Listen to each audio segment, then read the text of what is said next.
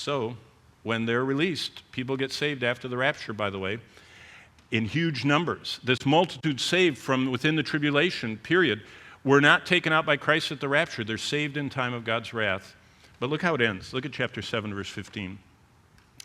And they are before the throne, and they serve him day and night in his temple, and he sits on the throne and dwells among them.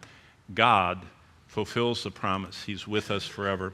Well, that takes us to chapter 8. And what we see in chapter 8 is the heavens shaking. Now look at this sequence. These are the trumpets, the first, the second, the third, the fourth, the fifth, the sixth, on through.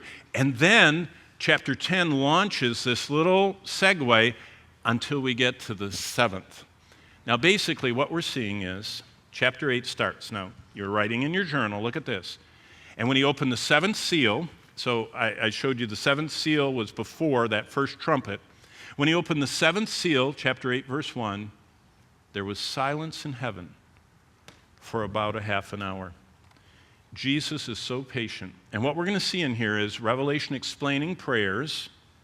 But then, see how it says, verse 2, and the seven angels were standing there. They had the seven trumpets. They're going to launch them, but God stops all this.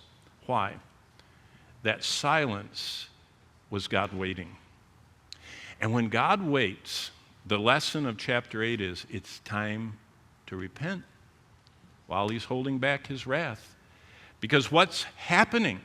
The trumpets that are coming are more deadly than the seals that were already in chapter 6 of all that we saw, that death and starvation and war. But they're not as deadly as the bowls that are still coming. The first four trumpets ruined Earth's ecology. The last three trumpets are a demonic invasion of the earth. The Bible doesn't say how long they last, except for one of them. It's 5 months. But look at this. Matthew 24:8 says, what started as initial birth pains? There are always going to be famine. There are always going to be wars. There are always going to be deception. But what started small ramps up till now they're inescapable global horrors. But look at verse 3. And an angel had a golden censer, and he stood at the altar, and to him was given much incense he should offer it on with all the prayers of the saints upon the golden altar. You already saw when we were in chapter 5 that there were those bowls of the collected prayers of the saints. Now we see the bowls being scooped up, and God responds.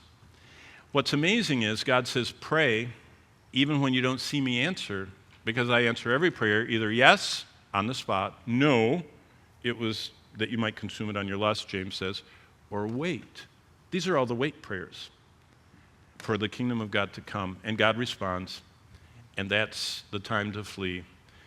Basically, and you're going to read this, God strikes the environment that mankind protects. There are probably volcanoes. That's a great description of what we're seeing. God shows what he can do with the oceans. We all heard of red tide. They have it down here in Florida. Can you imagine the whole world having red tide at once? And God either turns the oceans to blood or he lets the normal red tide go through. We're already studying, remember, with our explosion of knowledge, these near-Earth objects.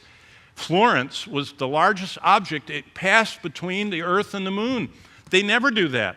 We had one come that close, and the Lord says on top of that, I'm going to send massive solar flares. I'll see you back.